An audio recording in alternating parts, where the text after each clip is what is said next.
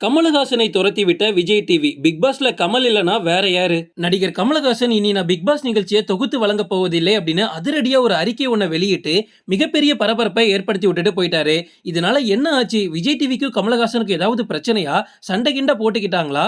இல்ல அவர் கேட்ட சம்பளத்தை இவங்க கொடுக்க மறுத்துட்டாங்களா? இப்படி நிறைய கேள்விகளை ரசிகர்கள் கேட்டுட்டு வராங்க. கமலஹாசன் பிக் பாஸ் நிகழ்ச்சியை கிட்டத்தட்ட 7 சீசனை சக்சஸ்ஃபுல்லா ரன் பண்ணி கொடுத்திருக்காரு. 8வது சீசன் தொடங்கக்கூடிய இந்த சமயத்துல என்ன இந்த மனுஷன் இப்படி சொல்லிட்டாரு அப்படின்னு மிகப்பெரிய விவாத பொருளா இது மாறி இருக்கு.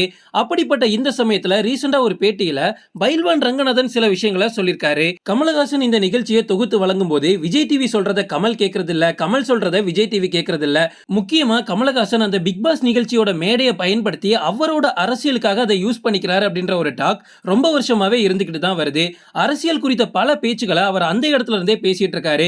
சோ ஷோக்கு என்ன தேவையோ அதை பத்தி பேசாம அவரோட அரசியலை தான் மக்கள் கிட்ட திணிச்சிட்டு இருக்காரு அப்படின்னு தொடர்ந்து அவர் மேல சர்ச்சை வந்துகிட்டே இருந்துச்சு. அது மட்டும் இல்லாம வாரம் முழுக்க என்ன நடக்குது அப்படின்றத கமல் சுத்தமா பார்க்காம சாட்டர்டே சண்டே வந்து மட்டும் இந்த மாதிரி தொகுத்து வழங்கிட்டு போறாரு அப்படின்னு ரசிகர்கள் ஏற்கனவே நிறைய கேள்விகளை எழுப்பியிருந்தாங்க.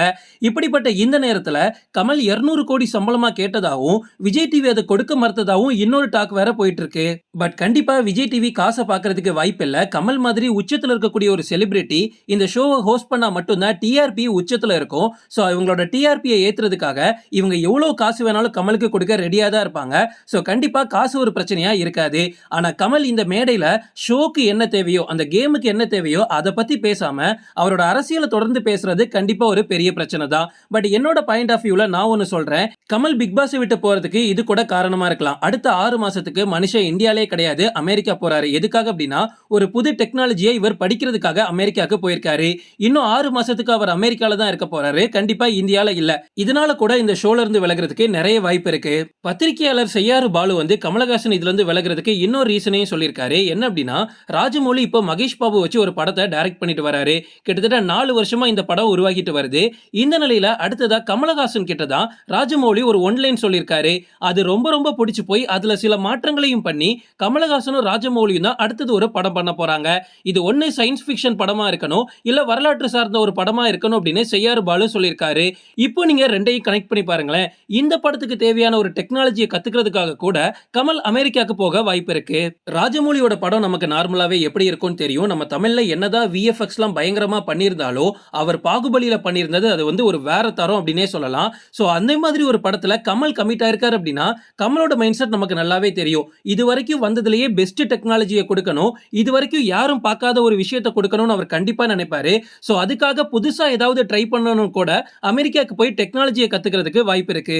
இப்போ இன்னொரு கேள்வி இருக்கு, பிக் பாஸ்ல கமல் இல்லனா வேற யாரு? அந்த அளவுக்கு பிக் பாஸ் அப்படினாலே உலகநாயகன் கமலஹாசன் தான் அப்படின்னு நம்ம மனதளவுல மட்டும் இல்லாம மூளையிலுமே ஒரு பதிஞ்சு போன விஷயம் அப்படின்னே அதை சொல்லலாம்.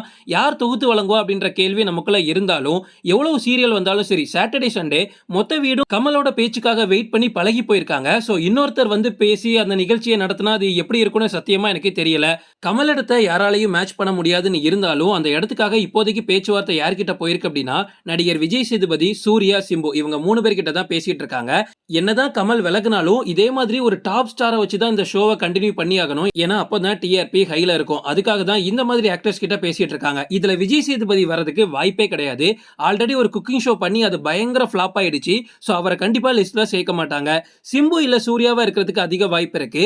சிம்பு ஆல்ரெடி இதை பண்ணிருக்காரு பிக் பாஸ்குள்ள வந்து. அந்த டைம்ல ஒரு நல்ல ரெஸ்பான்ஸ் இருந்துச்சு, மக்களுக்கும் சிம்பு கூட நல்ல கனெக்ட் ஆகும். சோ சிம்பு வரதுக்கு நிறைய வாய்ப்பு இருக்கு. பட் ஒரு ஃபேமிலி கிட்ட கேட்டா கண்டிப்பா யாரும் சிம்பு கிட்ட போக மாட்டாங்க, சூர்யா தான் வேணும்னு நினைப்பாங்க. பட் இது எல்லாத்தையும் தாண்டி எந்த ஒரு ஸ்டார் அடுத்த சீசனை ஹோஸ்ட் பண்ண போறாங்கன்னு நம்ம வெயிட் பண்ணி பார்க்கலாம். ஓகே ஃப்ரெண்ட்ஸ், இதோட நான் இந்த வீடியோ முடிச்சுக்கிறேன். இன்னொரு இன்ட்ரெஸ்டிங்கான வீடியோல நம்ம சந்திக்கலாம். Stay tuned.